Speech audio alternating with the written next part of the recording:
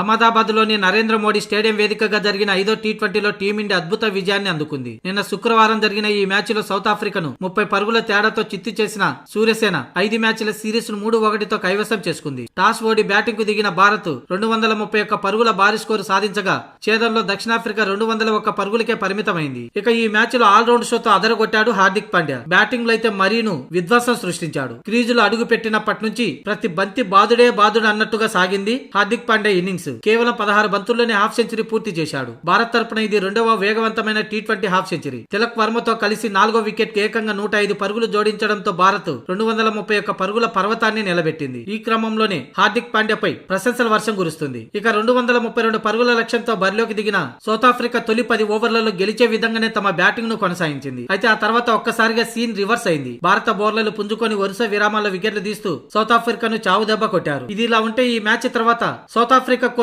సుక్రీ Conrad మాట్లాడుతూ హార్దిక్ పై ప్రశంసల వర్షం కురిపించాడు. నిజం చెప్పాలంటే ఈ మ్యాచ్ లో బుమ్రా మంచి బౌలింగ్ చేసినప్పటికీ హార్దిక్ ప్రదర్శన ప్రత్యేకంగా నిలిచిందని అన్నాడు. అయితే బుమ్రాను తగ్గించి మాట్లాడడం కాదు కానీ హార్దిక్ ఇన్నింగ్సే మా ఓటమిని శాసించిందని, అందులోని బ్రెవిస్ లాంటి వికెట్ ను హార్దిక్ పాండ్యా తీశాడు. అందుకే ఈ మ్యాచ్ హీరో తనకు హార్దిక్ పాండ్యానంటూ సుక్రీ కాన్రాడ్ అన్నాడు. అందులోను తొలి మ్యాచ్ లో కూడా హార్దిక్ పాండ్యా తమ బౌలర్లను ఒత్తిడిలోకి నెట్టాడు. టీ20 ఫార్మాట్ లో హార్దిక్ పాండ్యా ప్రపంచంలోనే ద బెస్ట్ ప్లేయర్ లో ఒకటిగా ఎందుకు నిలిచాడో దీని వల్లే అర్థమవుతుందని కాన్రాడ్ అన్నాడు. ఇక 3-1తో సిరీస్ ను కోల్పోవటం నిరాశ కలిగించిందే కానీ టీ20 వరల్డ్ కప్ కోసం తమ జట్టుకు ఇది ఓ పాఠం లాగా పనికొస్తుందని కాన్రాడ్ అన్నాడు. అంతేకాకుండా టీ20 వరల్డ్ కప్ లో టీమిండియా ఫేవరెట్ జట్టు అనడంలో ఎటువంటి సందేహం లేదు. టీ20 వరల్డ్ కప్ ఫిబ్రవరిలో ఇక్కడ మెరుగైన ఫలితాలు సాధిస్తామనే ధీమా వ్యక్తం చేస్తూ సౌత్ ఆఫ్రికా కోచ్ చెప్పుకొచ్చాడు.